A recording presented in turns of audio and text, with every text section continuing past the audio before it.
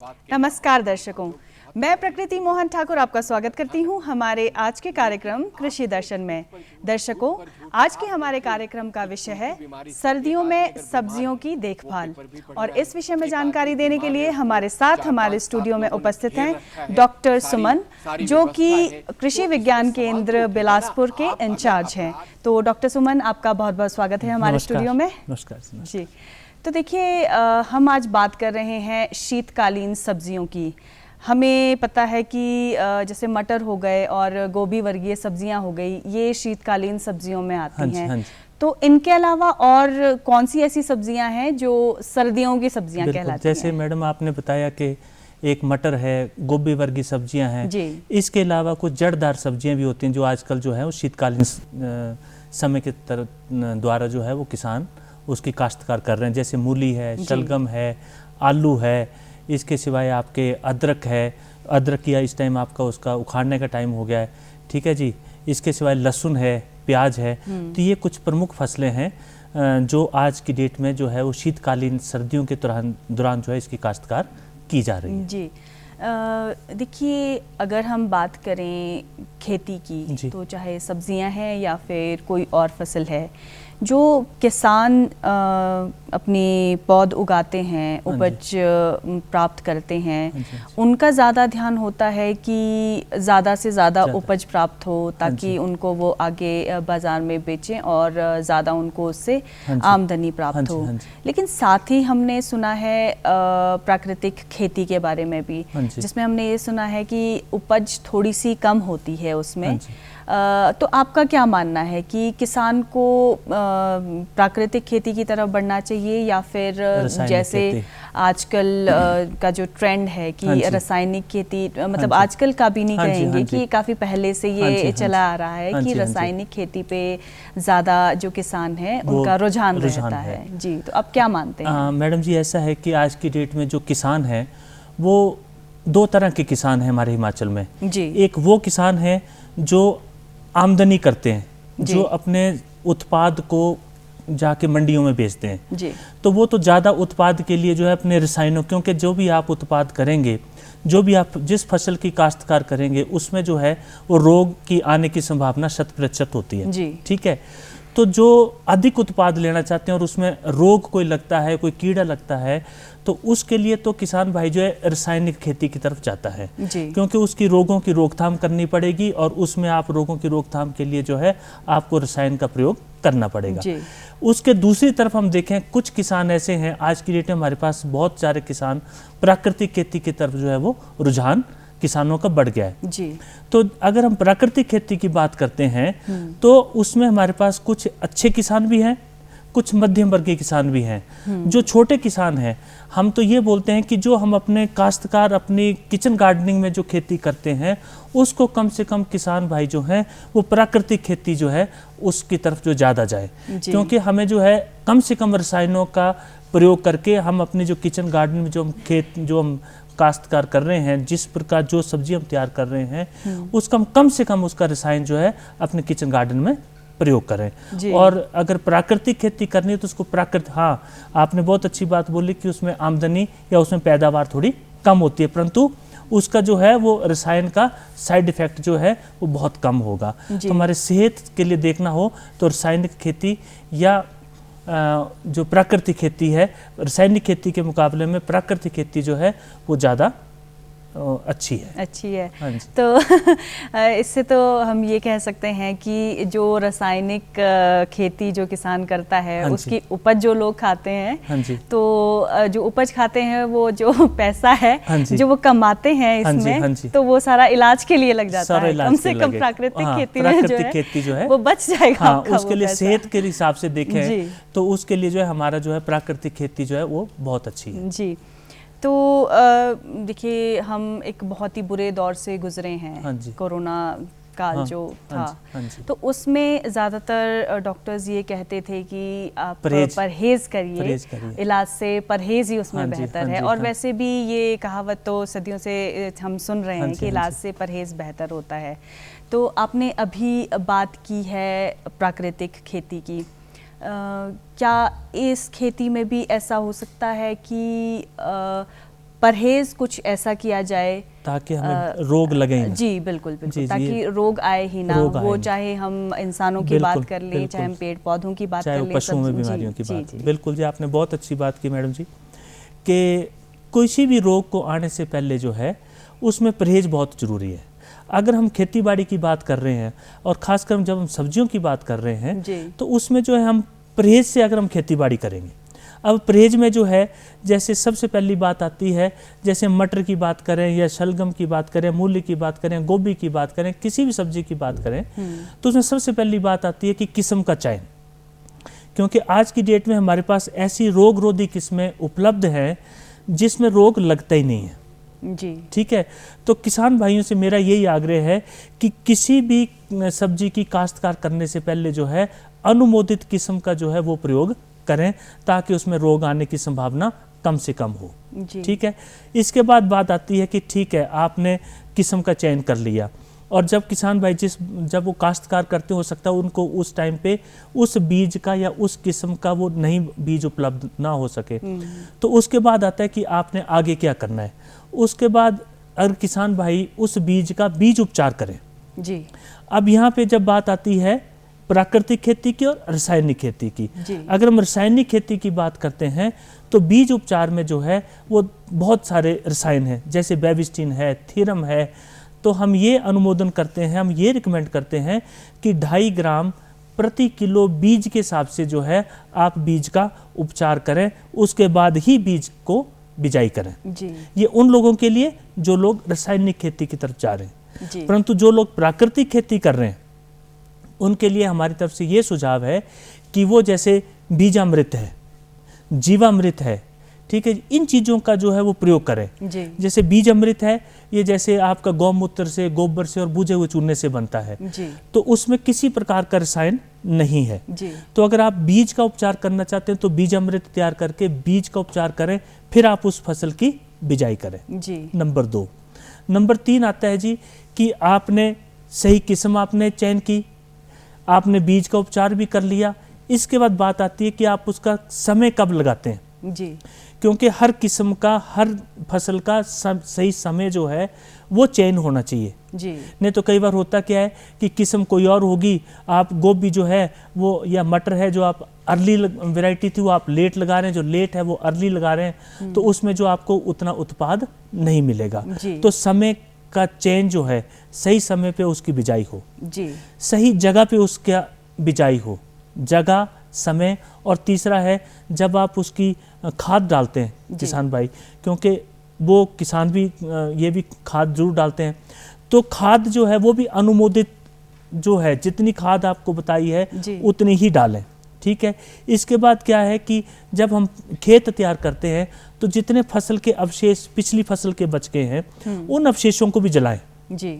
और लास्ट में एक बात जो बहुत ज़रूरी है कि जब आप सारे काम आपने कर लिए, परंतु एक जो किसान भाइयों के लिए मेरा ये आग्रह है कि हम लोग हर साल क्या करते हैं कि जहाँ पे हमने मटर लगाए हैं वहीं पे मटर लगा रहे हैं, जहाँ हमने आलू लगाए हैं वहीं आलू, अगले साल आप जो है वहाँ पे एक फसल चक्र जरूर अपनाएं जिसमें जहाँ पे आपने आलू लगाए हैं वहाँ पे आप इस साल मटर ले जाओ, जहाँ पे आपने मटर लगाए वहाँ पे आप मूली ले जाओ, मतलब कि सब्जियों की फेरबदल जो है अपने किचन गार्डन में जरूर करें जी। तो ऐसा अनुमोदन आप क्यों करते हैं? इसलिए कि जैसे कोई कीटाणु जीवाणु जो है वो अगर उस खेत में रह गया, ठीक है जी, वो इस साल जैसे कोई कीटाणु आपका, जब हम आलू की फसल को निकालते हैं कोई आपका सड़ा हुआ आलू वहां पे रह गया है, ठीक है, या पत्ता उसका बीमारी का वहां पे गिर गया है, जब अगले साल जब आप दोबारा आलू लगाएंगे उसी जगह में तो होगा क्या, वो बीमारी फिर अटके आलू को लग जाएगी।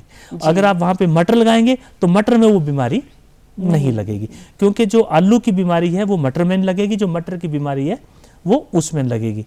अब इसके बावजूद भी अगर आपके किचन गार्डन में या आपके खेतों में सब्जियों में फसलों में बीमारी आ जाती है, ठीक है, तो उसके बाद आपके ऊपर डिपेंड करता है।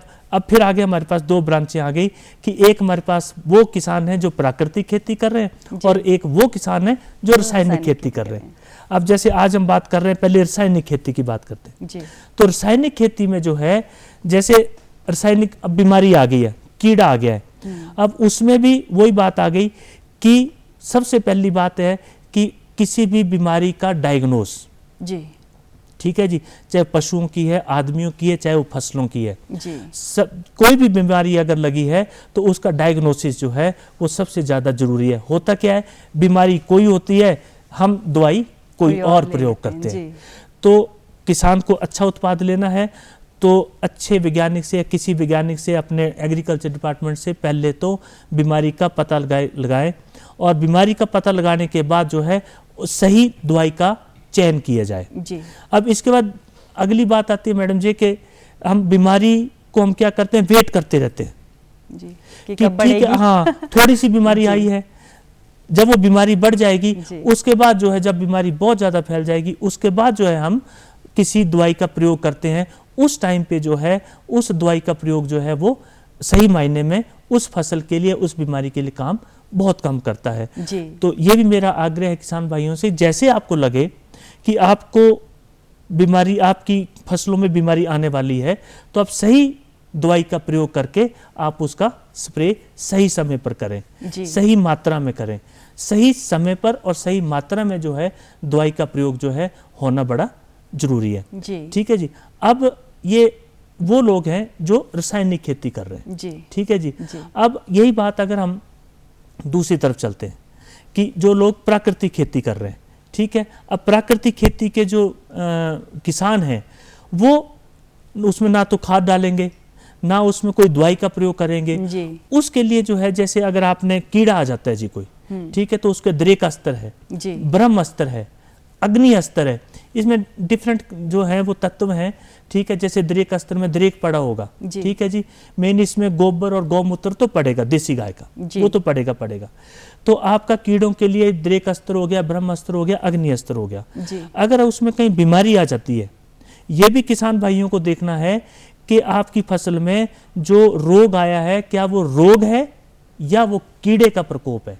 कई बार होता मैडम ऐसा है कि होता रोग है और स्प्रे हम कीड़े की करते हैं, कई बार होता ऐसा है कि होता कीड़ा है और हम स्प्रे रोग की करते हैं। तो जो सबसे पहले मैंने बात बताई कि रोग की पहचान जो है वो सबसे ज्यादा जरूरी है ठीक है।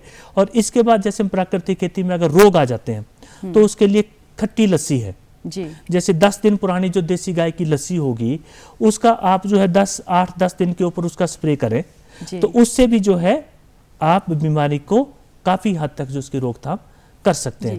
देखिए यहाँ आप बात कर रहे हैं देसी गाय की जी। क्या देसी गाय के ही जो उत्पाद हैं जैसे लस्सी हो गई या गोबर और गौमूत्र की आपने बात की, तो ये क्या ये देसी गाय का ही इस्तेमाल आज की डेट में जो सूक्ष्म जीवाणु है जी, जो बेनिफिशियल ऑर्गेनिज्म है वो जो है वो देसी गाय में ज्यादा पाए इन कंपैरिजन टू आपके दूसरी गाय जी ठीक है। तो जैसे मैं बात कर रहा था, जैसे खट्टी लस्सी की स्प्रे कर दी जी। इसके साथ जो है एक जीवामृत जो है वो भी किसान भाई आज की डेट में जो प्राकृतिक खेती वो सब जगह जानते हैं कि जीवामृत को कैसे बनाना है, खट्टी लस्सी को कैसे तैयार करना है जी। और अगर आपका रोग जो है फसल में काफी फैल गया है तो उसमें इन दोनों का मिक्सचर बना के एक रामबाण जो है उसके नाम से भी जो है इसको तैयार किया जाता है। जैसे जिसमें खट्टी लस्सी भी डाल दो, जीवामृत भी डाल दो और उसको स्प्रे करो तो उसमें काफी हद तक जो है आप उसमें जो है रोग के ऊपर जो है आप रोकथाम कर सकते हैं। आपके कहने का मतलब ये है कि जो प्राकृतिक तरीके हैं रोगों से निपटने के लिए वो भी उतने ही कारगर हैं जितने की रासायनिक तरीके हैं। रासायनिक बस वही है कि आपने ये देखना है कि किसान भाई जो है जो ज़्यादा उत्पाद लेना चाहते हैं, जो ज़्यादा आमदनी कर, वो रासायनिक की तरफ जा रहे हैं और जो अपनी सेहत को मद्देनजर रखते हुए और हमने जिन्होंने खुद कंज्यूम करना है वो लोग प्राकृतिक खेती की तरफ उनका रुझान हो रहा है जी। आपको क्या लगता है, जैसे आपके केंद्र में भी कुछ लोगों की क्वेरीज आती होंगी, किसानों की क्वेरीज आती होंगी, तो क्या किसान भाइयों का जो रुझान है वो प्राकृतिक खेती की तरफ बढ़ रहा है? बिल्कुल मैडम, आज की डेट में जो हर कोई जो है सेहत को लेके जो है बहुत ज़्यादा चिंतित है जी, क्योंकि हर दूसरे आदमी को डायबिटिक है, हर तीसरा आदमी जो है बीपी से ग्रस्त है, हर तीसरे आदमी को थायराइड है जी, तो हर तीसरे आदमी को चौथे को आर्थराइटिस है जी। तो ये सब क्या है? ये सब जो हमारे फर्टिलाइजर है जो हम रसायन प्रयोग कर रहे हैं। एक मैं उदाहरण के तौर पे आपसे बात करूं कि किसान भाई जो है, जैसे किसी रसायन का हम स्प्रे करते हैं जी, उसका वेटिंग पीरियड होता है जी, कि आज हमने स्प्रे किया है, उसको उसका तुड़ान जो है, उसके फल का तुड़ान जो है वो कम से कम 7 दिन के बाद करना है जी, परंतु अगर आपका आड़तीय जो है वो तीसरे दिन आके बैठ जाता है जी, तो किसान भाई जो उसमें आमदनी के चक्कर में जो है वो जल्दी उस उत्पाद को बेच देते हैं और वो हमारी सेहत के लिए बहुत हानिकारक है, वो बहुत हानिकारक है। तो इसलिए हमें चाहिए कि या तो रसायन प्रयोग करने से पहले उस फल का तुड़ान कर लो जी, उसके बाद स्प्रे करो और 7-8 दिन के बाद अगर आपका फल आता है तो उसके बाद उसको तुड़ान किया जाए जी। तो अगर हम सेहत के बारे में सोचें और जैसे आज की डेट में हर कोई जो है वो हेल्थ कॉन्शियस है तो उस हिसाब से देखा जाए तो प्राकृतिक खेती जो एक बहुत अच्छा जो है एक आज की डेट में एक ऑप्शन है हमारे पास। जी डॉक्टर साहब, हमने सुना है कि जो ये सब्जियां होती है ये 2 तरीके से लगाई जाती हैं, एक तो पनीरी जिसकी बनाई जाती है और दूसरा जो है बीज जो है हम डायरेक्टली बीज से उगाते हैं सब्जियां। तो सबसे पहले आपसे यही जानना चाहेंगे कि जो ये पनीरी वाली फसलें हैं ये कौन कौन सी होती हैं और किस तरह से इसकी बिजाई होती है? जैसे आज का जो समय है जब मैक्सिमम किसान भाई जो हैं, अब जो पहले था कि भाई किसान लोग जो उरी है जैसे जो पनीरी है उसको खरीदते थे, अब आज की डेट में मैंने देखा जो काफ़ी हद तक जो किसान है वो प्याज की पनीरी जो है या गोभी की पनीरी जो है वो खुद तैयार करते हैं जी, ठीक है। तो पनीरी जब तैयार करते हैं तो उस टाइम भी आपको बहुत सी चीज़ों का जो है वो ध्यान रखना है क्योंकि जब आप पनीरी की बिजाई करते हो ठीक है जी, उसमें आप बीज का उपचार होना बहुत ज़रूरी है। आप चाहे आप बीजामृत से करिए चाहे आप उधर बेविस्टिन से करिए, बीज का उपचार करिए, बीज का उपचार करके जो उसमें देसी खाद डाल के उसको आप ढक दीजिए। ढकने के बाद जो है उसमें जिस टाइम आप बीज की बिजाई करते हो तो उसमें बिल्कुल सही जो है वो मॉइस्चर होना चाहिए, नमी होनी चाहिए ठीक है। नमी के बाद हो सके तो मेरा किसान भाइयों से यही आग्रह है कि उसको जैसे हमारे पास जो बोरियां होती हैं जो बोरियां होती हैं उनसे ढक दिया जाए जी। जो दूसरी बोरी होती है मैडम जो जिसमें आलू जिससे हम भरते हैं जी। वो बोरियां जो हैं वो उसके ऊपर ढक दी जाए क्योंकि उससे जो है उस पनीरी वाली जगह की नमी जो है मेंटेन रहती है और उसके ऊपर जो है आप तरपाल ढक दें और 5वें-6वें दिन जो है आपकी पनीरी जो है वो बाहर आ जाती है जी। अब आपको ये चाहिए कि सही समय के ऊपर आपने जो बोरी ढकी है जो तरपाल ढका है वो शीट ढकी है वो सही समय पे आप उसको उठा लें, नहीं तो अगर वो ज़्यादा लंबी हो जाएंगी तो उसमें फिर रोग आने की संभावना ज़्यादा बढ़ जाती है। तो ये पनीरी वाली जो ये सब्जियां हैं इनमें किस किस तरह के रोग उत्पन्न होते हैं? हाँ, इसमें मेन है मैडम कमर तोड़ रोग जो है। जैसे ही पनीरी बाहर आएगी उसमें जो है जो पिथियम हुआ या डिफरेंट कीटाणु हैं जीवाणु हैं वो जो है वो उसके ऊपर अटैक करते हैं और वो आपकी पनीरी को ख़त्म कर देते हैं। अब जैसे टमाटर की पनीरी तैयार करते हैं चाहे वो प्याज की है चाहे वो गोभी वर्गीय सब्जियों की है, तो जब भी हमने पनीरी तैयार करनी है तो उसमें जब हम जैसे ही ऊपर से हम पनीरी वो उसको उठाएंगे जो आपने ढका हुआ जिस चीज़ से ढका हुआ है जैसे उठाएंगे इमीडिएटली जो है चाहे आप उसके ऊपर जीवामृत की स्प्रे कर दीजिए उस पनीरी के ऊपर या आप उसके ऊपर बेविस्टिन और मैनकोजेब जो 2 दवाइयां हैं जो लार्जस्केप जैसे जो पनीरी तैयार करते हैं उसके ऊपर मैनकोजेब या बेविस्टिन जैसे आपने 1 ग्राम 1 लीटर में और 2.5 ग्राम या 2 ग्राम जो है मैनकोजेब ये आपने 1 लीटर में डाल के उसका इमीडिएटली जो आप उसका स्प्रे कर दीजिए ताकि जब वो इमीडिएटली जब धूप को एक्सपोज होगी तो उसको जो है वो किसी तरह की मार ना लगे और उसमें किसी तरह की बीमारी ना लगे जी। और जो ये हम डायरेक्ट जो बीज हम उगाते हैं वो किस तरह से अब किस जैसे लहसुन है जी जी, मूली है, शलगम है, चुकंदर है, आपका मूली शलगम हो गया, चुकंदर हो गया, आलू हो गया, ये सारी सब्जियां हैं जिनका हम बीज जो है हम इनकी बिजाई करते हैं। तो जैसे हम इनकी बीज की बिजाई करते हैं तो इनके लिए भी जो है रोग ना आए तो जैसे मैंने पहले आपसे बात की कि किस्म का चयन जो है वो सही किस्म का चयन करें। अगर आपको सही किस्म नहीं मिलती है तो आप कम से कम उसका बीज का उपचार जो है वो जरूर करें जी। ठीक है। तो जैसे ये मटर हो गया, आलू हो गया और गोभी हो गया, प्याज है, लहसुन, तो इनमें इनकी देखभाल कैसे की जाए ताकि इनमें रोग उत्पन्न होने के जो चांसेस हैं वो बहुत कम हो, या तो फिर रोग हो ही ना या फिर अगर चांस हो तो बहुत कम हो। जैसे मैडम पहले तो मैंने आपको सारा बता दिया कि किसानों को चाहिए कि पूरा परहेज रखें जी। इसके बावजूद भी जैसे अब मटर की जो बिजाई है, मटर जो है खेतों में बाहर आ गया है। अब जैसे जनवरी फरवरी महीना आएगा उस टाइम पे जो है जैसे मौसम डाउन जाएगा तो उसमें चूर्ण आसिता रोग, एक सफ़ेद रंग का पाउडर जो है वो पत्तों के ऊपर आ जाता है। ठीक है जी। तो जैसे ही आपको लगता है, अब कुछ बीमारियां ऐसी होती हैं मैडम जो हर साल आती हैं जी। जैसे आलू की अगर मैं बात करूं तो आलू में जो मार्च महीने का जो समय है उसमें जो पचेता झुलसा रोग है वो हर साल आपके मार्च महीने में आएगा जी। मतलब किसानों को ये पता होता है कि ये बीमारी आनी है। तो आप बीमारी को आने से पहले ही वो बीमारी जो है मार्च के पहले हफ्ते में, जो हम दिसंबर में जो आप आलू की बिजाई करोगे वो मार्च में जो है जाके आपके आलू जब तैयार होने लगते हैं उस टाइम वो बीमारी आ जाती है। वैसे जब आपके मटर हैं जो आपका जनवरी और फरवरी महीना है उस टाइम जो है आप में मटर में वो चूर्ण जैसा रोग आ जाता है। जब आपको पता है कि आपके फसलों में ये बीमारियां आने वाली हैं उस वक्त जो है आप उसके लिए, हम एक इंग्लिश में जैसे हमारी साइंटिफिक लैंग्वेज में बोलते हैं प्रोफाइलैक्टिक स्प्रेस जी, कि हमने जो है जैसे आज के हम कोरोना की डेट में वैक्सीनेशन कर रहे हैं, वो किस लिए कर रहे हैं जी? वो हम एक प्रिकॉशन के तौर पे ले रहे हैं जी, ताकि ये रोग ना हो वैसे ही सब्जियों फसलों में जो रोग आपके हर साल आते हैं उन रोगों को ना आए उसके लिए हम जो है पहले ही जो सस्ती दवाइयों का स्प्रे जो है या खट्टी लस्सी का स्प्रे कर दो या जीवामृत का स्प्रे कर दो, उससे आपकी जो बीमारी है वो आएगी परंतु लेट आएगी जी। उतनी देर में आपकी फसल जो है वो तैयार हो जाएगी। जितनी आपको उत्पाद चाहिए उसमें उत्पाद में आपको किसी तरह का लॉस नहीं होगा जी। देखिए ये समय है अदरक की तोड़ाई का। हाँ, अदरक की आजकल अदरक का भी निकाल रहे हैं लोग जी जी। हाँ जी, हाँ जी। तो इसका जो भंडारण है, हाँ जी, मतलब ताकि इसमें भी रोग ना उत्पन्न हो। हाँ और अब जैसे आपने कभी जैसे अदरक खरीदा हो तो अदरक में गट्ठी सड़न रोग लगा होता है, वो कहीं से आपने देखा होगा कि उसमें पीला पीला हो जाता है जी जी। या कहीं से उसका पानी जैसा उसमें साइड से या गट्ठी से निकल रहा होता है, तो वो गट्ठी सड़न रोग है जी। ठीक है जी।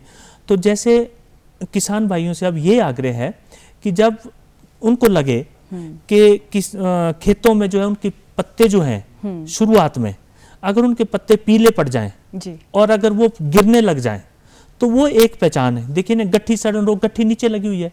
अब आपको क्या पता लगे कि गट्ठी सड़न रोग जो है वो लगा है कि नहीं लगा है, वो पत्तों से पहचान होगी जी। अगर आपके पत्ते पीले पड़ गए और वो पौधा गिर रहा है तो इसका मतलब आपके खेतों में गट्ठी सड़न रोग जो है वो शुरुआत हो चुका है जी। तो उस टाइम जो है आप ब्लाइटॉक्स एक नाम दवाई है जी, ब्लाइटॉक्स, ये 3 ग्राम प्रति लीटर के हिसाब से आप इमीडिएटली उसकी स्प्रे कर दीजिए जी। ठीक है, आपने स्प्रे कर दी।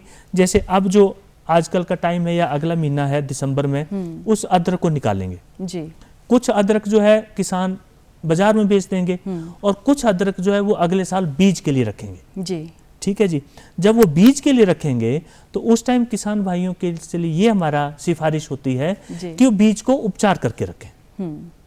तो इसका भंडारण, जो अदरक का भंडारण है, आगे आपने बताया कि बीज के लिए इसका इस्तेमाल होगा, तो वो भंडारण किस तरह से हो ताकि जो ये बीज है अदरक है अगले साल के लिए सुरक्षित रह जाए? ये तो बहुत अच्छा प्रश्न किया आपने। जैसे हम ये सिफारिश करते हैं कि जो गड्ढा है जी, ठीक है जी, वो 1 metre by 1 metre by 1 metre, 1 metre चौड़ा, 1 मीटर गहरा, 1 मीटर बिड्थ में जो है वो उसका साइज होना चाहिए। ठीक है जी। उसके नीचे आप क्या करो कि उस गड्ढे को आपने चारों साइड से गोबर का लेप लगा दो जी। गोबर का लेप जो है, ठीक है, लेप लगा दिया और लेप लगाने के बाद आप नीचे 10 सेंटीमीटर की जो है उसमें रेत रख दो जी। 10 सेंटीमीटर की लेयर जो है उसमें रेत बिछा दो। रेत बिछाने के बाद आप उन्हीं बीज को रखने से पहले आपको बीज को उपचार करना पड़ेगा जी। अब बीज का उपचार जो है उसके लिए दवाई है आपकी बेविस्टिन और मैनकोजेब। यानी कि इस बीज का उपचार इन दवाइयों से किया जा सकता है और नेक्स्ट जो भी बिजाई उसको कम से कम आधे घंटे के लिए सुखाएं जी। तो इसका भंडारण हम सुरक्षित रूप से कर सकते हैं। तो डॉक्टर सुमन, आप हमारे स्टूडियो में आए और बहुत ही बेहतरीन जानकारी आपने हमारे दर्शकों को दी। आपका हमारे स्टूडियो में आने के लिए बहुत बहुत धन्यवाद। तो दर्शकों, हम उम्मीद करते हैं कि आपको हमारा आज का ये कार्यक्रम पसंद आया होगा। अगले कार्यक्रम में फिर से आपके साथ मुलाकात होगी एक नई जानकारी के साथ। तब तक के लिए आज्ञा दीजिए। नमस्कार।